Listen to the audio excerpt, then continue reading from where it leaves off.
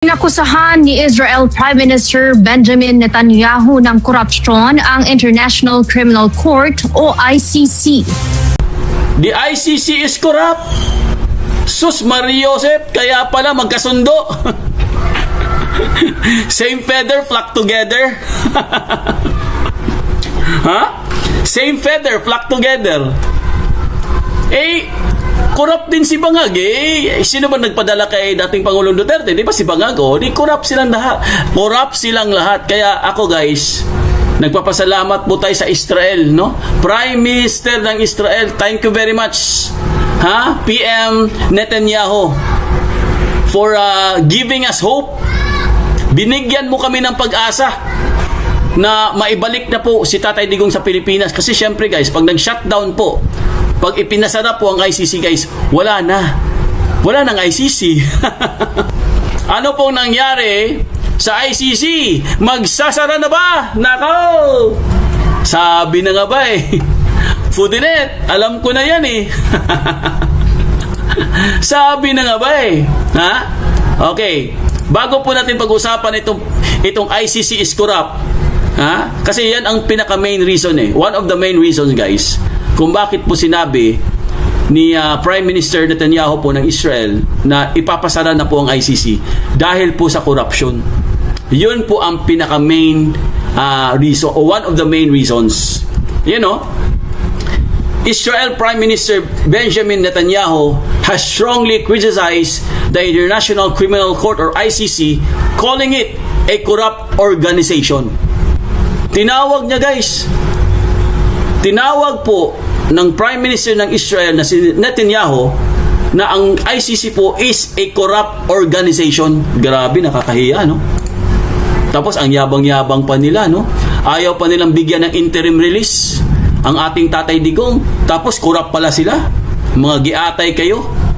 Mga wala pala kayong kwenta dyan. Ang yabang-yabang nyo pa. Di ba? Hindi na kayo naawa sa ating dating Pangulong Duterte na may edad na yan Sana pinagbigyan nyo lang naman at least kunwari temporary release. Tapos ngayon malalaman namin na ipapasara kayo ng Israel dahil sa corruption. Di ba? Ayan basahin natin.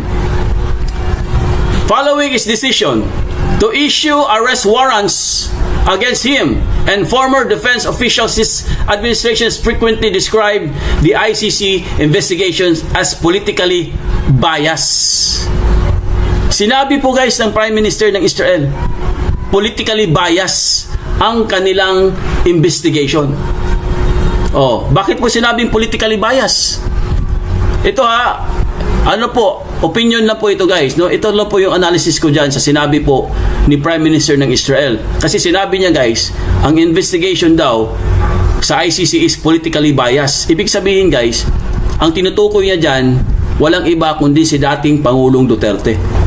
Kasi siguro no, ito alam naman kasi nila yan kung ano pong nangyari talaga Hindi naman po sila mga bulag. Hindi naman po sila mga bingi, no? Hindi katulad ni hindi katulad ng AFP natin, di ba? Mga bulag, mga bingi. Yung pala pipi din.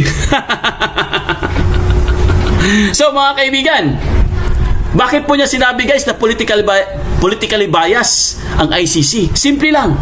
Dahil po sa ginawa nila kay dating Pangulong Duterte. Ano pong ginawa nila kay dating Pangulong Duterte? Kinulong nila kahit hindi na po tayo miyembro. Wala na po tayong jurisdiction guys. Pero pinilit pa rin nila at ayaw nila bigyan ng konsiderasyon. Kaya tinawag na politically balanced or politically biased. Hindi balance politically biased.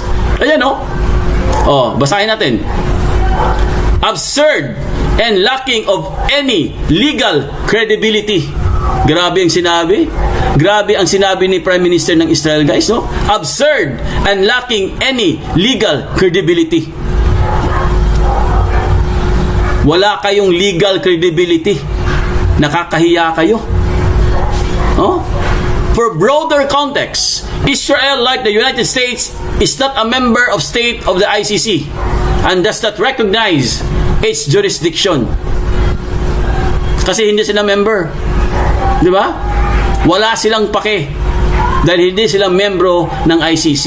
Pero itong ICC po, pinipilit nila guys nahuhulihin nila ang Prime Minister ng Israel. Ganon sila kakapal. Kaya po mga kaibigan, agree po talaga ako dito sa Prime Minister po ng Israel, guys, sa kanilang gagawin. Ito, ipakita ko lang sa inyo ha, para meron lang po kayong idea po mga kaibigan sa itong binasa po natin na galing po ito sa mga mainstream media, no?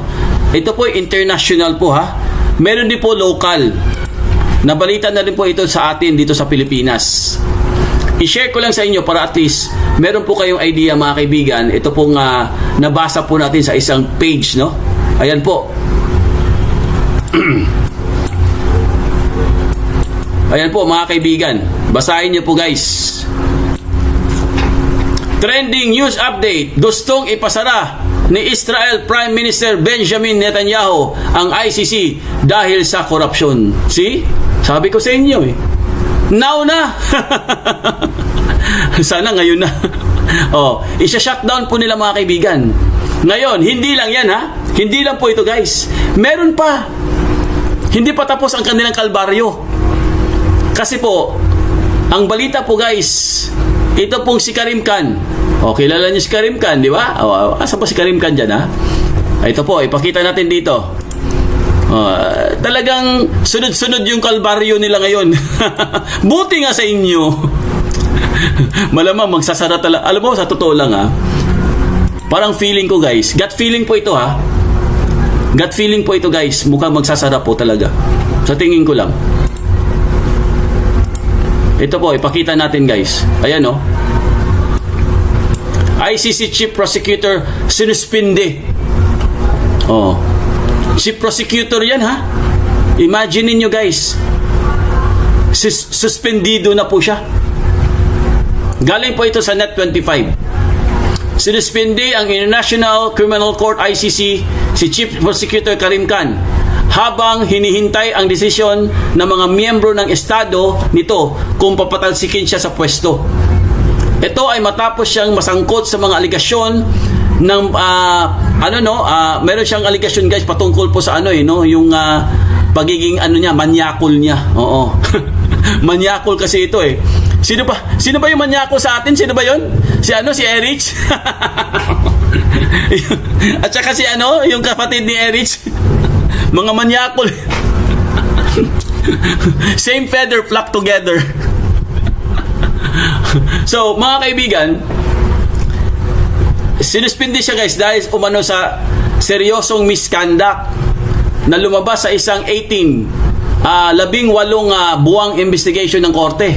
Mariin namang itinanggi ni Khan ang mga paratang laban sa kanya. Pare-pareho talaga sila, no? Talaga itinatanggi po nila guys ang mga accusation sa kanila, no? Pare-pareho sila in denial. Talagang magkapare-pareho itong mga to, no? Ganon din nangyari po sa Senado guys. Itong sila si Erich, itong mga peking SP. Ay nako, Diyos ko po. Diyos ko Lord. So at least mga kaibigan, nabuhayan po tayo guys. Nabigyan po tayo ng pag-asa na hindi pa huli ang lahat. 'Di ba? Hindi pa huli na makakabalik po sa Pilipinas ang ating dating Pangulong Duterte. May awa ang Diyos. Dahil po sa mga prayers po natin, mga prayers po ninyo, sabi ko nga sa inyo guys, dasal lang po tayo araw-araw, pakikinggan po tayo ng Panginoon. Kasi ito guys, answered prayers po ito eh. Itong nangyari po sa ICC guys, dahil nagalit po ang Israel, ipapasara niya ang ICC. Hindi lang yan, pati Russia, nagalit na rin. May mga warrant arrest na rin sila.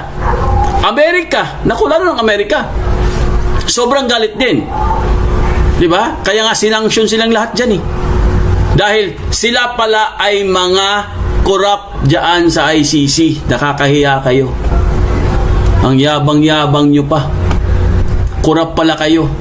So mga kaibigan, ito na ba ang pinakahihintay natin na isasara na po ang ICC para makabalik na po sa Pilipinas ang ating dating Pangulong Duterte? Nako, napakasaya. Napakasaya po mga kaibigan. Sana po Godspeed, ha? Sana guys, Godspeed.